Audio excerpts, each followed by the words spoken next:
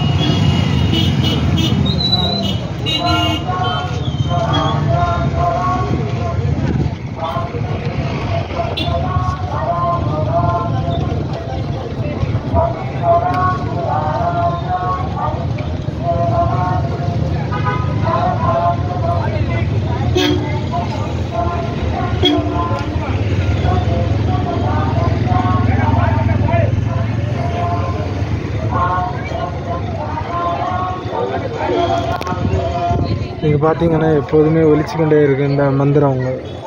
சரியா, இந்த கோவிலுக்கு வந்து மகிமை உண்டு.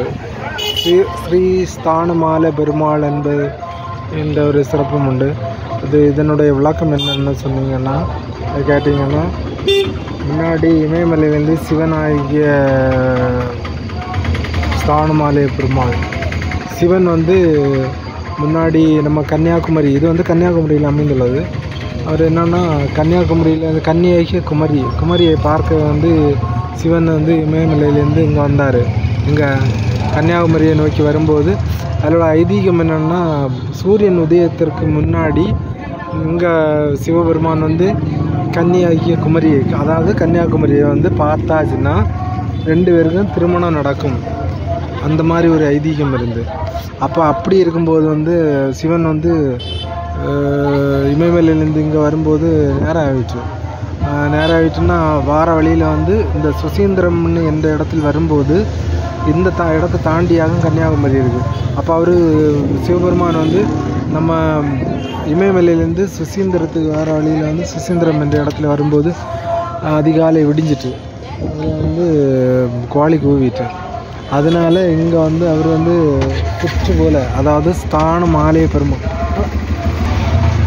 அதாவது சிவன் வந்து இமயமலையிலேருந்து இங்கே சுசீந்திரம் மாற வழியில் வந்து நேரம் விடிஞ்சு போச்சுன்னா உங்கள் பாஷையில் எப்படின்னு தெரியலை, எங்கள் கன்னியாகுமரி பாஷையில் நேரம் விடிஞ்சு போச்சுன்னு சொல்லுவாங்க. நேரம் பிளர்ந்துட்டு ப்ளஸ்ஸு கோழி வந்து கூயிட்டு சூரியன் உதயம் முதிச்சிட்டு, அதனால அவர் என்னாச்சுன்னா இந்த இடத்துல வந்து இந்த இடம் நான் காமிக்கல, இந்த இடத்துல வந்து அவர் வந்து சிவன் வந்து ஸ்தானுன்னு வச்சா குட்டி போல் ஆகிட்டார். அதனால நம்ம அந்த கன்னியாகி குமரி வந்து அவங்கள சென்றடைய முடியலை.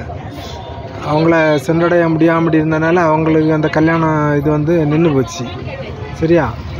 கல்யாணம் இது நின்னதுனால இது வந்து அதான் கன்னியாகி குமரி அவங்க வந்து கடலில் தவம் பண்ணாங்க. இவர் இங்கே வந்து ஸ்தானு குட்டி போல் ஆகிட்டார்.